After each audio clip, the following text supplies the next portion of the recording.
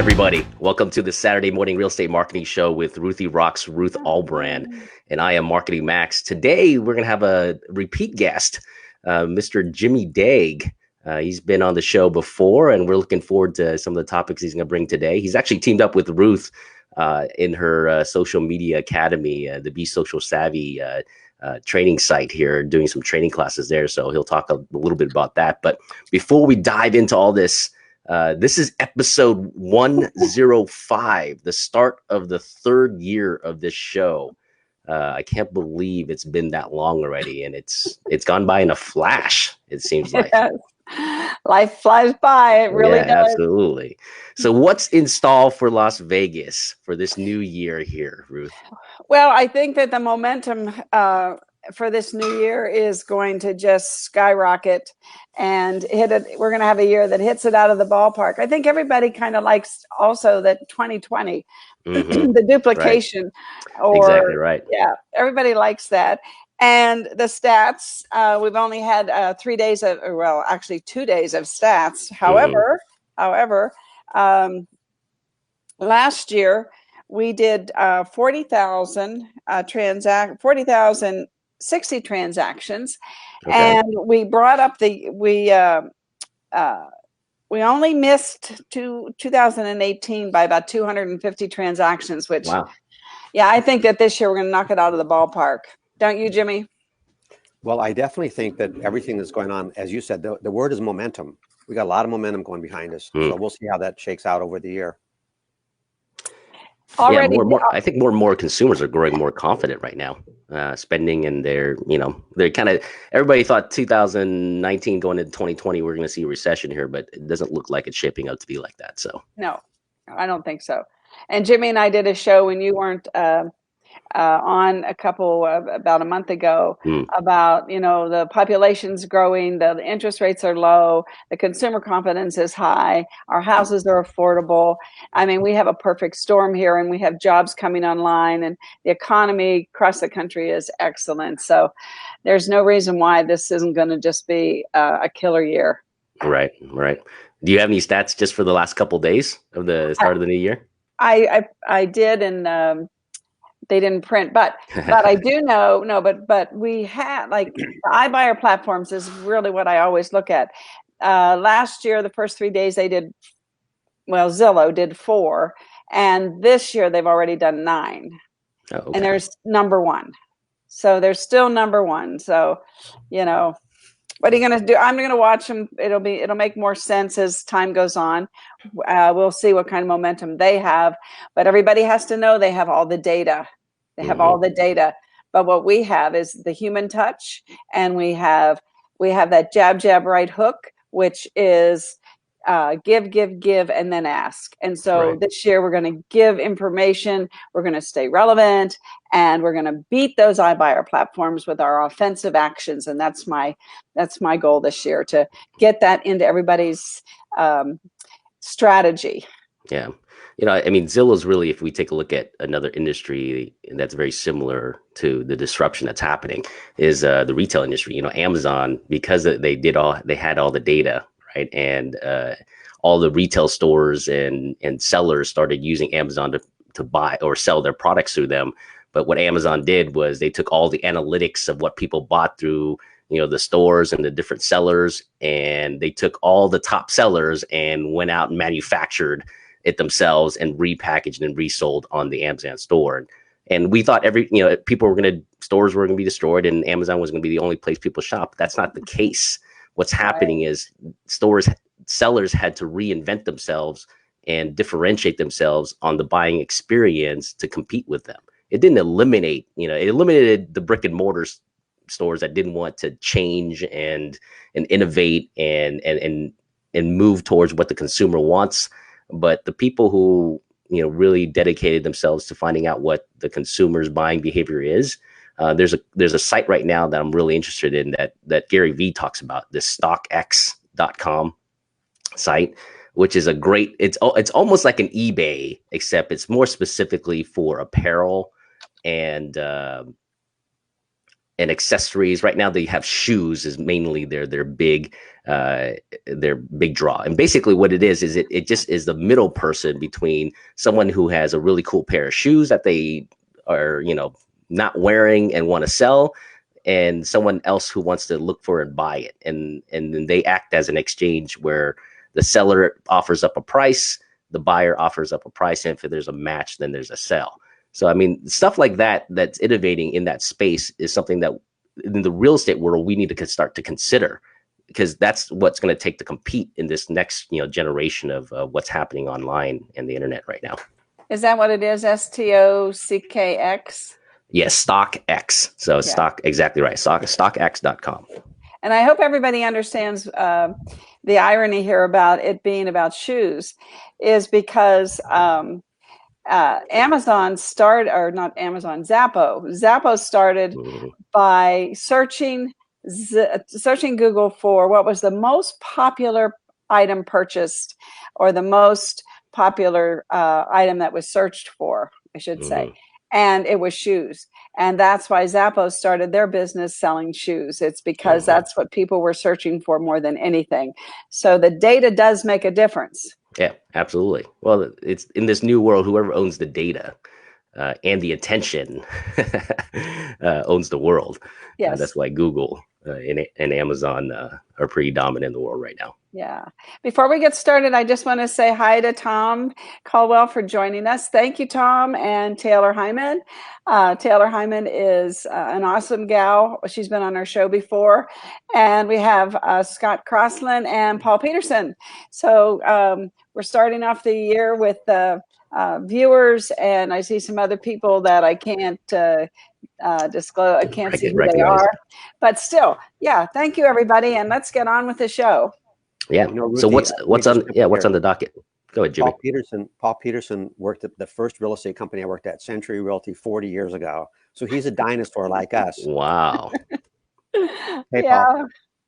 Paul's a great guy. He was part of my mastermind group last year, and just love Paul. Yeah, right. Great. It's still ready and willing to learn new stuff. Yes. Yeah. That's why he's around 40 years in this business. So what's on the docket today with Jimmy on the show today, Ruth? We're going to talk about negotiating skills. Oh, and okay. Jim has gone across the country teaching his class on negotiating skills. And Jimmy and I are going to do a class in the training center later this month on negotiating skills. And I have a lot to learn in a short period of time, but I think I'm up for it. Well, you got a little bit of a preview the other day, Ruth, and I was in Atlantic City for the Triple Play Conference. It's the second largest real estate conference in the U.S. NAR is, of course, first, but then Triple Play is next. And I gave an hour session at Triple Play on negotiating. Very well attended. I think it was the highest rated session there. I'm waiting for the results, but I'm going to share some of that content today, and maybe I can give you some stuff that if somebody wants to download later, they can. That'd be great. That would be fantastic. Great. Fantastic. So what are you going to share with us today? You have 2 or 3 items that the viewers can really take from today's show that they can implement right away into their next listing negotiation. Well, first, let me say that they may be a little disappointed because some of this seems so obvious. Gosh, why are you teaching this stuff so basic? But I used 3 different sources for this content. One of them, Chris VOSS was the lead hostage negotiator for the FBI for many years. Chris VOSS wrote a book called Never Split the Difference, How to Negotiate Like Your Life Depends on It. And that was the kind of my original thinking about this class. But the Harvard Negotiation Project wrote a book called Getting to Yes by Fisher and Ury. And I read that book first. That's actually the foundation for the Women's Council one-day class on negotiating skills. The Women's Council of Realtors has a one-day class on negotiating. And I would highly recommend that you get out of town and take that class somewhere not in your market and network with the people there. And when you leave that class, you will leave with some referrals, because Las Vegas is a very attractive market for, Southern California, Northern California. If you took a class up there, I'd love to have you in my class, but I think you'd make a lot of money if you just went to another area and took that class. What's the name of it, Jimmy? The Effective Negotiating for Real Estate Professionals. The book is Getting to Yes by Fisher and Ury. And then the third book is Dr. Cialdini's How to Influence. Yeah, the psychology of persuasion. Now he wrote a new book called Persuasion, Yeah, which is persuasion. beyond excellent. It's really, really good. But I didn't use that for the 1 hour session because there's only so much you can fit in one section. Mm-hmm. Now, I can tell you that tip right there is probably worth the admission to this show this morning. Is go outside in the areas where the majority of people are migrating from to Vegas, and attend a class and network with the realtors out there so that you can get the referrals. And Max, Nothing's a lot of real estate agents only take the classes that are required. Mm-hmm. Negotiation is not a required topic. So if they're taking that class, they're actually trying to get better and they're willing to spend money to get better. That's who you want to associate with. Absolutely. Yeah, there's multiple layers of psychology at work there. That's fantastic. So Ruthie, you tell me where to go from here. So you talk about the rule of 3. Mm-hmm. And how does that play into negotiating? Well, it plays into negotiating because the one thing we cannot ignore is human nature. And as animals, we have a basic amount of bandwidth. If Max is driving his car and listening to the radio, he's cool. But if you're riding along with him and you're jibber jabbering at Max the whole time, he can listen to his radio and listen to you jibber jabber. But if he's looking for an address that he's never seen, oh my God, drive the car, listen to the radio, listen to Ruth, and find a new, he's got to ask you to dummy up or turn the radio off or say, you're the navigator. So our typical bandwidth is 3. And to not recognize that, it's a flaw in our dealing with other human beings. It's human nature. We can't get beyond it. So how's that how's that play in the situation in negotiating? Well, just like I said, I took this from 3 different contents. And if I'm working with a seller, let's say I'm working with a seller, when I call the seller, I tell the seller, Mr. and Mrs. Seller, when I come over, 3 things are going to happen. Number 1, we want to establish the highest possible price. That's what they want to hear. I tell them, number 1, we want to establish the highest possible price. So we'll take a quick run through the house. You can show me whatever upgrades you have and we'll make a list and I'll answer any questions you have. So inside step number 1 is actually 3 things: establish the highest price, look at the house, and answer any questions. Step number 2, if you're okay with step number 1, step number 2, we're going to review all the paperwork, and there's a lot of it. And you're going to have questions on the paperwork. Now, this takes a little while. We're going to review all the paperwork. And if you want to, I'll cover the marketing plan. Some people want to see it. Some people don't. We'll cover that when we get to it. Are you okay with step number 2? And step number 3, we'll look at all the market research and we'll determine where strategically we should enter the market as far as pricing goes. So there's 3 steps. They can handle 3 steps. And I don't get to pricing until step number 3. And they sign the listing in step number 2. Once they've signed the listing, I'm working with them. It's a collaboration, not an audition anymore. So to one of your points about looking at the market research, and just something that we've learned over time is that if you go into that listing appointment with a predetermined price and they see that you've done that, you've lost a little favor right there as far as making them feel like you're working for them. Agreed. I think more listings are lost over that right there. If you tell somebody what their house is worth, they already know what their house is worth. They already know what they think their house is worth. And until you get the listing, your opinion is none of their business. Once they hire you, when they sign the listing, now you work for them. Now you've got to share the market research and help them get the right price in the house. And the only decision they really have to make is how fast they want to sell. That's it. Not the price. How soon do you want to sell the house? Yes. That drives the price. It does. Absolutely drives the price all the time. If you're in a hurry, just like the iBuyer platforms, they're proving it all the time. They're giving people, thousands of dollars less to get them money faster. So that proves the point that, price is incredibly important. And then time, of course, and what you offer to what are you offering? Well, and Max brought this up. If we don't adapt to what the real market is, we're going to be dinosaurs and we're going to go extinct. And so a lot of the really good agents now are walking in their appointments saying, listen, if you want an iBuyer offer, I have that right here. So we'll do that today, if that's really what you want. To ignore the iBuyer and not address it up front is a mistake. It's the elephant under the rug. And you've got to come and say, look, I have that. This is part of my marketing plan. If you want to sell it today, I can sell it today. You just won't get as much money. So that's the adaptation that Max talked about. Yes. No, and bringing it up to the forefront right away is so powerful, right? We don't need to hide from it. We just need to make it available and say, here's the pros and cons of it, and let me share with you, the difference here by working with me or as a real estate agent here with the marketing plan. So, no, fantastic. Yes, and we've done a short class on going on the offensive with the iBuyer platforms, and we've created a PowerPoint that people can download as a PDF, and it shows the seller a Zillow offer, an open door offer, and a realtor offer. And when you get down to it, what you're doing with the iBuyer platform is giving up money for time. And the beautiful thing about Vegas, last year anyway, was that the houses didn't stay on the market. Those that were the median price in the 305 to 315, they don't stay on the market, a month anyway. So you're giving away a lot of money and not really saving a lot of time. You might be saving the aggravation that people think is aggravation anyway, of showing the house or keeping your house clean every day. But that's a small price to pay for the money you're leaving on the table. Right. For the convenience, which yes. which you're not losing, like you said, Ruth, in this market right now in Vegas. And so to Jimmy's point and the subject of today, negotiating, that's part of negotiating. Wouldn't you say, Jim? I would. And I have a reveal here. Are you ready for it? Yes. All right. Okay. I'm ready.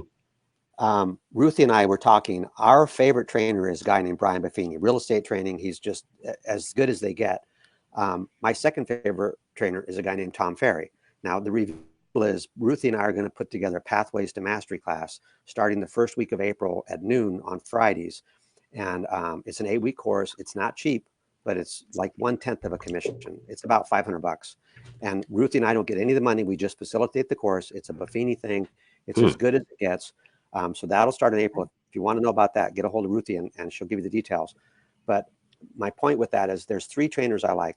Brian Buffini's my favorite, Tom Ferry's my second, and a guy named Terry Watson's my third favorite trainer. But I was at a Terry Watson conference, or he was speaking, and he started talking about Chris Voss's book, Never Split the Difference. I'm thinking, well, I've already read the book. I'm so smart, right? I'm ahead of Terry Watson. And he talked about 3 things that I'd forgotten in the book. So I thought maybe I should either reread the book. I went to the library on Hoopla. I got the download for free. So price is no object, right? I download the book, I'm listening to it. And then about a month later, I'm at Tom Ferry's conference in Anaheim, and his guest speaker is Chris Voss. I'm thinking, well, I've read the book, I've listened to do I really need to see this guy? So I thought, well, I paid for the conference. He's a keynote speaker. So he said 3 things in the first 20 minutes that I had never heard before. I was so glad I went to see him. Seeing the guy live was way different than reading the book or listening to the audio. Just beyond excellent. Really good.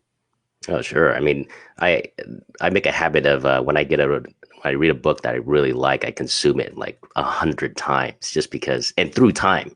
Because what happens is you go through life and experience things and have certain situations come up that make you aware of something more specific. And then you happen to hear that message within the book at the right moment, and it clicks with you, and it the synapses in your brain happens. And then obviously with the author writing the book, and he's obviously gone through, hundreds and done hundreds of presentations, he's learned obviously some new nuances to what he's teaching too. And he brings that to light. So, some excellent stuff there. Well, as you said, when the student is ready, the teacher appears. It might be the same book you've read 4 times, but the 5th time you read it, oh my God, I was ready for something new. Right. No, if I read How to Win Friends and Influence People again today, I'm sure I'll be able to pick up like 3, 4, 5, 6 things that I forgot or didn't implement yet, Well, I'm a big fan of Jim Collins, who wrote Good to Great, Built to Last, all these books. He's got a short YouTube clip out, and he talks about some of the best advice he ever got. And he talks about be interested more than try to be interesting. And that's in Carnegie's book, How to Win Friends and Be Interested in Other People. Right. and you make a connection. You have 2 ears and 1 mouth for a reason. Yeah, exactly right. Exactly right. We need to listen and ask questions. Well, I have 3 lessons from the book, the Chris Voss book. And the first one is the FBI says their single most important strategy is what you just said. Listen. He said they listen. And he said they listen in teams. The hostage negotiator will have 2 or 3 other people on the line listening to voice syntax, background noises, the word choice, everything about this whole conversation, because one person cannot get it all. They have a whole team to listen. So their number 1 strategy is listen, and their number 2 strategy is ask questions so they can listen some more. They just get more information. They just unpack it and unpack and unpack it. And the person asking the questions is the one in control of the conversation. So that's the first two strategies. And the third strategy, Ruth, you and I talked about this, is ISOPRAXISM. Yes. And everybody knows what that is. Yes. Right. You remember? What is it? It's mirroring. Yeah. Max, And that's very important. That's very important. Yeah. Do you have a thought on that, Max? No. Repeat what you just said. Mirroring. When the FBI talks to somebody, we've talked about mirroring and negotiating for years, and we talk about mirroring somebody's physiology. How are they sitting? Right. Sure. Their body language. But on the FBI phone calls, they can't tell what somebody looks like, how they're sitting. So it's called not just verbal, but paraverbal. The word choice that the person uses when they're talking, the FBI will match those word choice to the letter, to the T. And that makes the person feel like they've been heard and they're willing to keep talking. And if you can get them to keep talking, now you can figure out what it is they really want. No, absolutely. Absolutely. I just had a thought there, but we'll move on. Okay. So what else are we, I want to actually go back to the negotiating, because I have an objection that, came up in the forefront of my mind when you went through the process, the 3-step process, which is, what if the listing person wants to just tell me what we think we can get the house for, right? Like up front, like how do you handle that without skipping the steps as a seller? I'm a seller and you're on the phone with me or on the listing presentation with me, and you want to, you go through your 3 steps, and I go, but can we skip all that and just tell me how much we can get the house for? Yeah. Do you want the truth, Max? Yes. Okay. You want it straight, right? Yes. Okay. Here it is. I'm going to give it to you straight. If I give it to you straight, can I have the listing?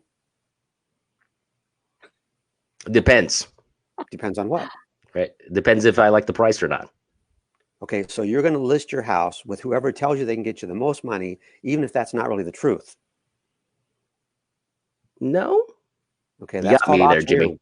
That's called auctioneering. And some guy will come in, if I tell you 280 and some guy comes in and says 310 and they get the listing and it sells for 280, I was right, but I didn't get the listing. And I'm out here to do business with you, my friend.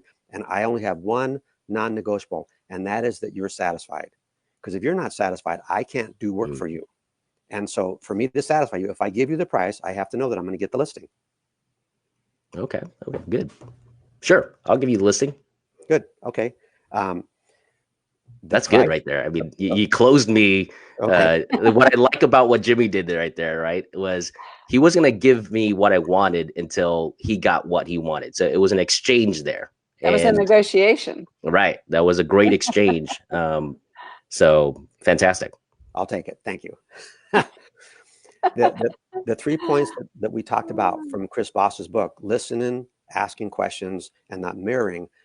When I went to the conference and he spoke, Chris VOSS said, we've negotiated lots of transactions, real estate transactions, after we did hostage negotiating. He's got a company called Black Swan. And he said the typical real estate transaction, after they ratify the listing agreement and after they ratify the purchase agreement, they're actually in escrow. He said there's an average of 25 points that get negotiated after they make a deal. So your negotiating skills have to be there throughout, from the time you take the listing to the offer comes in, to the walkthrough, to the home inspection, all that stuff. Negotiating part's never over. Right. It really isn't until the deal closes. And tell us some more, Jimmy. Okay. We're not tired of listening to you, believe me. Okay. I just want to say hi to Kathy Russo. I haven't seen you for a while. Kathy, good to see you. And we also have Angela Masako joining us. And Lon Gresmick, I just like to shout out, and we really appreciate the views. Cool. So, Jimmy, tell us more. Okay.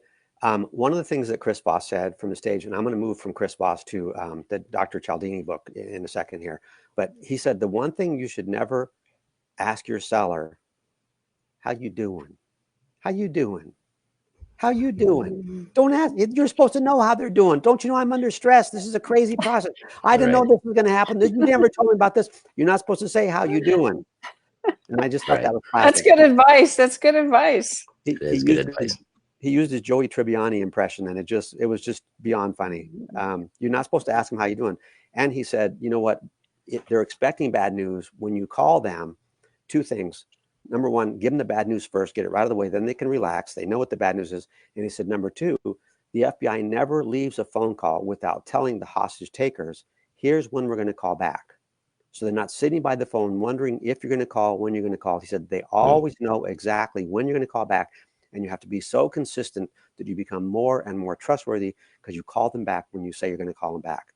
So those are kind of the big points from Chris Voss's work that I saw, that I picked up out of the stuff. And go to the library and download the book and listen to it in your car. It's free. No, fantastic. That's one thing that I've implemented in my own business here, my personal business, is like a client never gets off the phone with me without having an expectation of when they're going to hear from me again.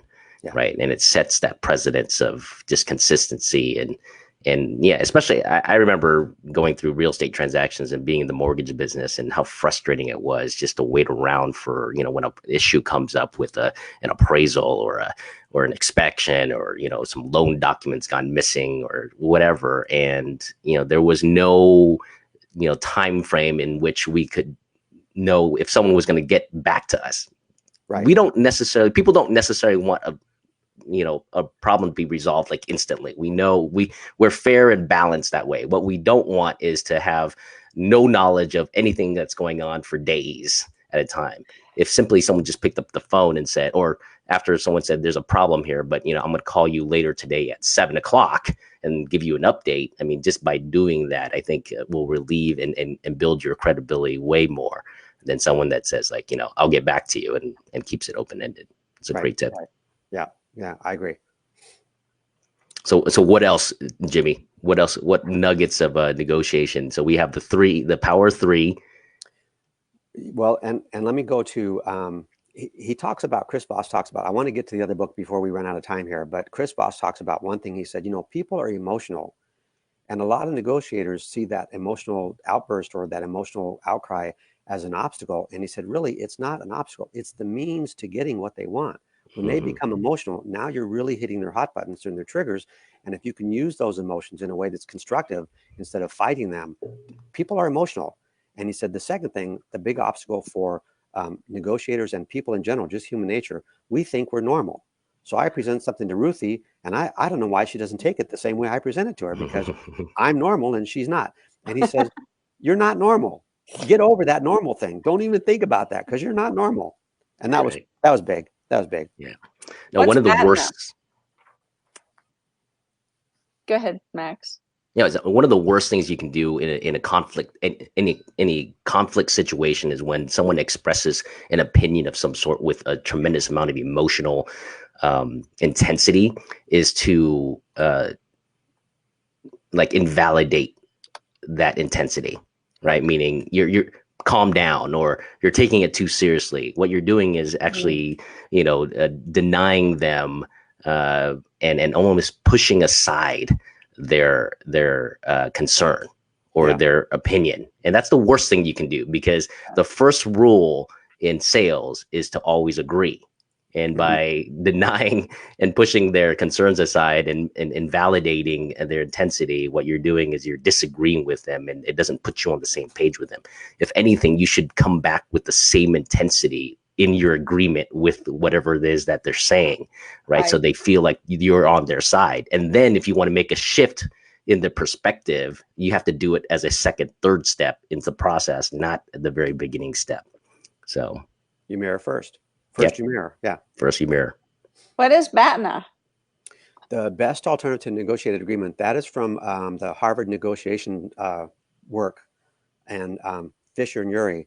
And there's actually a really good YouTube or a TED Talk by Fisher. And he opens the TED Talk with the 17 camel dilemma. I don't know if you've ever heard this before, but this father dies and he has 17 camels. And he says, to my eldest son, I'm going to leave half my camels. And to my second son, I'm going to leave 1/3 of my camels. And to my third son, I'm going to leave 1/6 of my camels.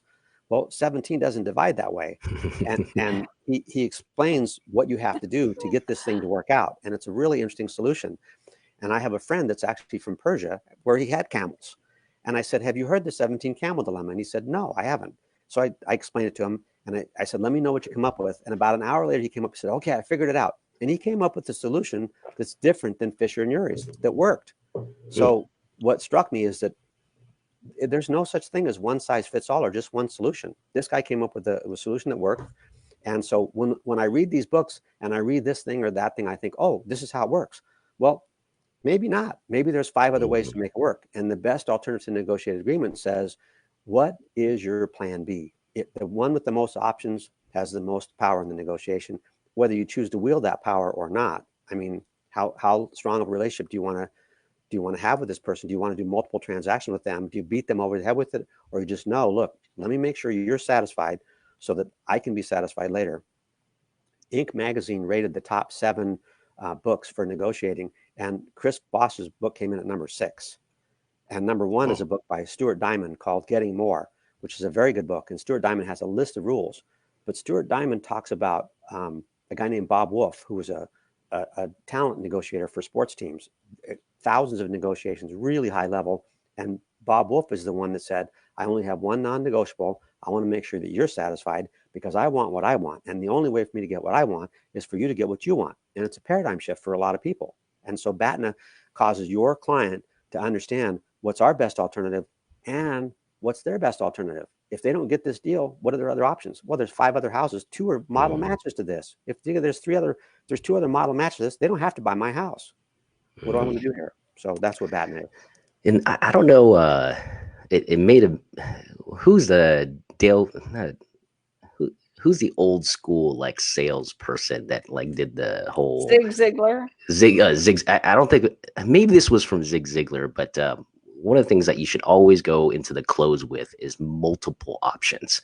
Right? The worst thing you can go into the close and negotiation is to have like one option for a client and their only answer is either yes or no. I mean, that's a terrible way of closing, because if they don't like the offer, they can say no. But if you go into the close with 3 alternatives or 3 options, and then ask them which one fits in the line with what you want to do, then their choices are one of the 3, not yes or no. And that's kind of in line with what you're talking about here. And in every situation in life, actually, I think the most frustrating part of what we go through psychologically as we evaluate situations in life is sometimes we feel like we have only one choice, right? Or one available option is happening when really there's thousands of possibilities that can come from it. And some of the possibilities are even better than what we can even imagine at that point, just because of our narrow perspective. And that might be Chester Carras. He had that saying that you don't get what you deserve in life, you get what you negotiate. And he's been around for 50 years. In every airplane magazine, he had a fold out, come take my 3-day negotiating course. And it was expensive, but he's got several books out. So it might have been him. I do want to talk about influence for just a minute, the Cialdini's book. And I think he talks about 6 principles that cause people to move. And I think the single most powerful one is the principle of reciprocation. Yep. You do something nice for me, now I'm obligated to do something nice for you. And he says, every culture on the planet, Africa, Asia, everywhere, teaches this to their children. If someone does something nice for you, you reciprocate. And he says in English, there's negative words for people who don't reciprocate, like moocher and ingrate and teenager. And so whatever. Right. But I know if I go on a marketing consultation and I don't take a gift for their time, I'm ignoring this principle. And the gift I'm going to take, if I don't know them very well, is moving boxes. Well, you're going to move, right? Here, I brought you some boxes. Now I've given them something. Absolutely. And Aaron Taylor takes an apple pie to every listing. He walks in with a gift. Yeah, powerful stuff. I had an agent bring me chocolates one time. I've had an agent bring me wine because I'll do a training exercise at my house, and I'll have them come over and go through the listing presentation. And very, very, very few actually use this principle. Even though they know they're not getting the listing, the fact is I'm giving them an hour of my time. So for them to walk in, when they have a gift, when they come in, I know they're thinking. So it's good. No, absolutely. That's probably one of the best books on sales that has been ever written. And I actually got a chance to meet Cialdini like maybe 5 years ago. And surprisingly enough, he looks like Steve Wynn. And actually, I pulled him aside in the back. I actually talked to him. I'm like, now, because the internet marketing world has really like embraced his book so often, and they use all the tactics in their marketing. And I told him, I go, do you think, these principles are going to be worn out, or people are going to get too used to it and put their defenses up against it because they've been inundated so much with it? And he told me, he's like, I think if you have a malice intention behind it, then yes, people will be able to spot through it. But if your intention and your product and service is really good and does help them in a way, these principles will work for the rest of the time. And he's seen it. He's gone through around the world doing his speeches and stuff like that, and it's worked like gangbusters. And even Ruth is a testament to his work, because when I met Ruth 3 years ago, I introduced her to these strategies, and we implemented into the tech forum presentation, and she saw the results. The close ratio we had at the tech forum the first 2 years, and some of the other presentations. So they're very effective.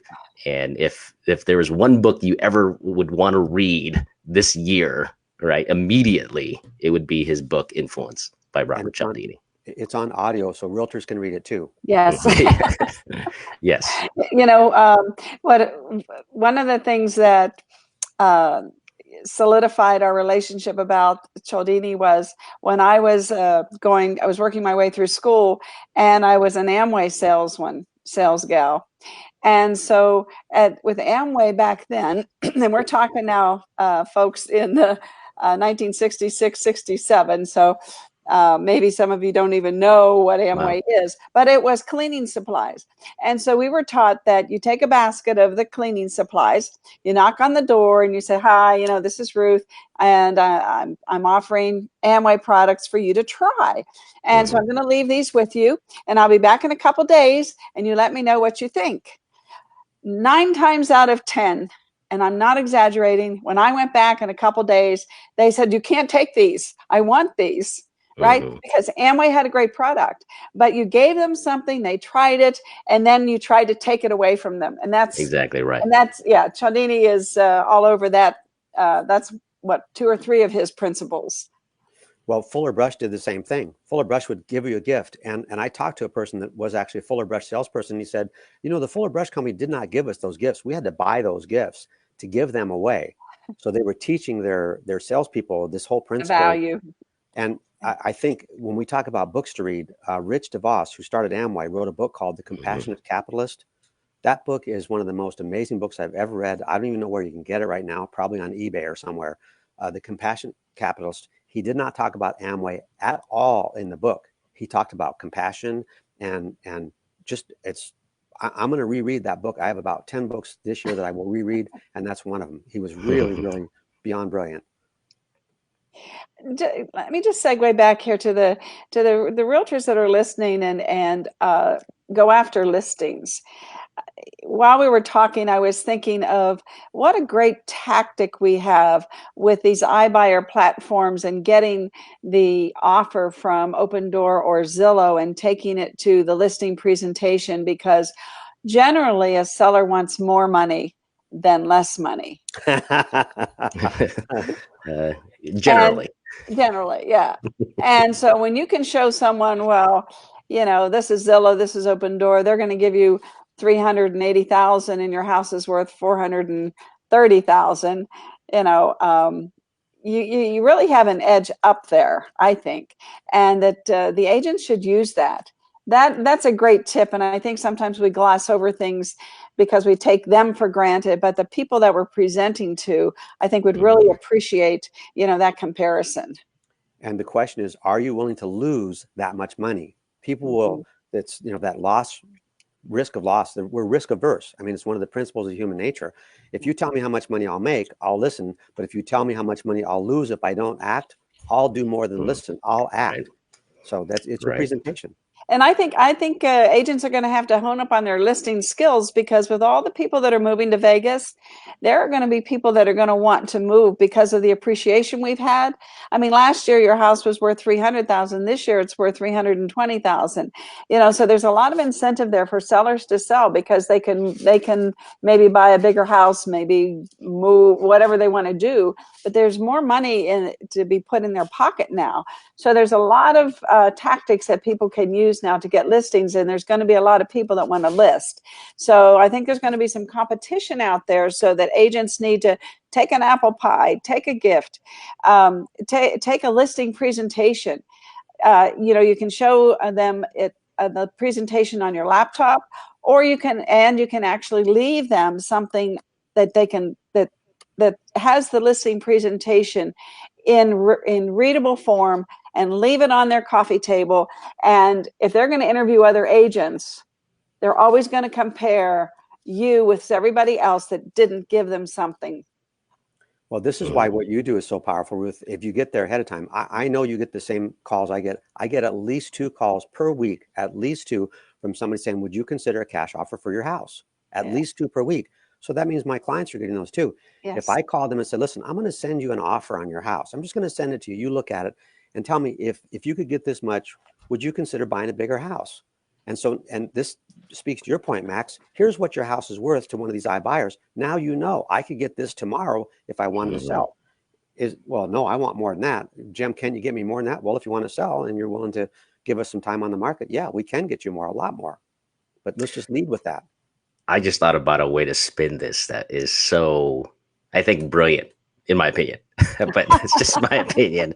But one of the things, incorporating this law of reciprocation here is like, part of your listing presentation is not only will one of these streets, I'm going to bring you an offer as well, right? And really think about seeing what the iBuyer platform would pay for that house, and to consider bringing that as part of the presentation. It's repackaging, what we're saying before. We're already going to bring this up with the listing or with the lister, but really spinning it in a way where, not only am I going to I'm going to demonstrate to you how much I can get for your house, but I'm going to bring you an offer right away in this presentation, and then utilizing that to, persuade them, or to talk to them about how utilizing you can get more money, and what money they'll be leaving around, on the table if they were to go with the iBuyer platform.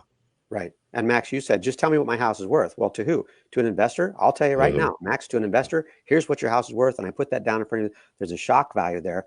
Man, I was thinking a lot more than this. This is what my house is worth. No, this is what your house is worth to an investor. If you want to sell it today, this is what you can get. Well, I want more than that, because that's why you have me. I have negotiating skills, I have marketing skills. And if you want more than that, sign the listing and let's make some money. One of my little nuanced sayings that I love the most is, that's exactly why, right? Yeah. So that's exactly why I'm here today, because I know you want more than that. Yeah. Yeah. That's true. So if you can incorporate that little 3 words, that's exactly why. What you're doing is reaffirming it with it. It's like a NLP thing. Yeah. So anyways, there's another phrase just like that called, if you're like most people. If you're like most people, you actually want top dollar for your house. Right. Well, I am like most people. I do want top dollar for my house. And they can identify with that. So that's exactly why, if you're like most people, we have 2 options here. They like 2 options. Give me 2 choices. At least give me an option. Right. And Jimmy Dague just implemented the law of social proof into his messaging right there. That's one of the weapons that in the book Influence. People will tend to follow the herd, so they want social proof, and he's implementing that saying as part of a social proof language. In the book Persuasion, Cialdini talks about the ethical implications that you brought up earlier, Max. He said, when I came out with the first book, Influence, the Psychology of Persuasion, people questioned the ethics, and he said, look, he said, this is just self-defense. If you know what these weapons are of influence, he said, you can arm yourself for them. He said, the persuasion one, it really comes down to the person that's using the tactics, because they're not as evident, they're not as apparent, and they're powerful. Persuasion's a really, really good follow-up to influence. Really no, it's pretty powerful, because he talks about some of the things that you do ahead of time, yeah, right, to set up the situation and then implement the weapons of influence as you go into it. And that's something we need to discuss for Tech Forum next year as well. I have one last thought, Ruthie, that I kind of like to close with, if that's okay. Sure. Okay. The National Association of Realtors every year puts out a profile of home buyers and sellers. Yes. And it comes out in November. It's on realtor.org. If you're a realtor, you put in your NRDS number and you can get that profile. And they talk about the number one skill that buyers want from their agent. And the number one skill is help me find the right house. They expect us to have product knowledge. But the number two skill and the number three skill are both negotiating strategies. Exactly. So how much training have you had in negotiating as a real estate agent? It's not a required topic. So most agents have had zero training in negotiating. So we're not only doing this class coming up on the January 13th, it's going to be ethics in negotiation. We're doing another class, and Ruthie and I are writing a class specifically for negotiating strategies.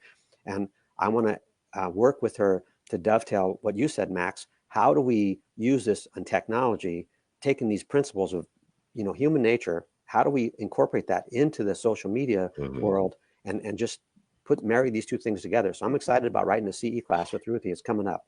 Yes. Yeah. And Jimmy, you're going to be doing ethics on January 13th at our training center at 8400 West Sahara, the Be Social Savvy Training Center, from 10 to 1 with a free lunch, and you get 3 CE required credits. So you can go to agentformula.com/training and sign up. We'll also be boosting some events out there, and I think you do Eventbrite as well.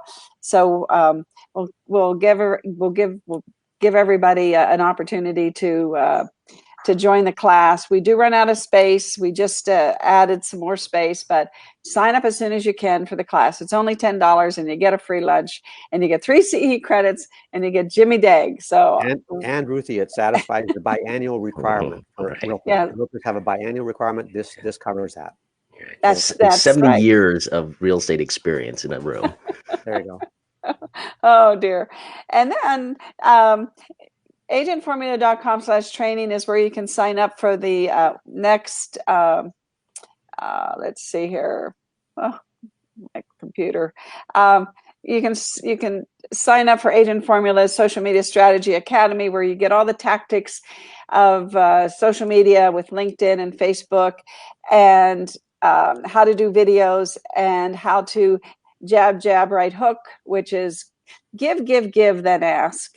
And we teach you how to do that, and we put them into a strategy so that we're not just giving you, telling you what to do, but we're showing you how to do it and threading a strategy in there so that you can stay relevant and stay in the real estate business for the next 5 years.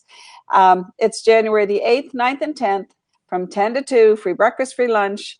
And we hope everybody will go sign up. Again, space runs out. It's the beginning of the year. It's a great time to get your tactics and strategies together. Thanks for having me on, Ruthie. Thank you. Yeah, Max, thanks for coming on, Jimmy. Okay, man. All right, everybody. Have a wonderful week, and we will see you next Saturday. All righty. And yes, I'm going to start a podcast this week. Oh, fantastic. Okay. I got the so yesterday we worked very hard on the new Be Live platform. Jimmy came over to the office, and we worked really hard on it, and got his computer all set up, because there are some differences. We were using my computer in the office, and Jimmy was in the training room. So we're going back and forth, because things reverberate if you're in the same room. So anyway, so we're still live, right, Ruth? Are we? Yeah, we're still live. Okay. Well, have a good week, everybody. Yeah, have a good week, everybody. Hope to see you at our classes. Check out all the training at agentformula.com/training. And Max and I are going to have a conversation about some of the new things we're doing this year, and we'll share them with you soon. All right.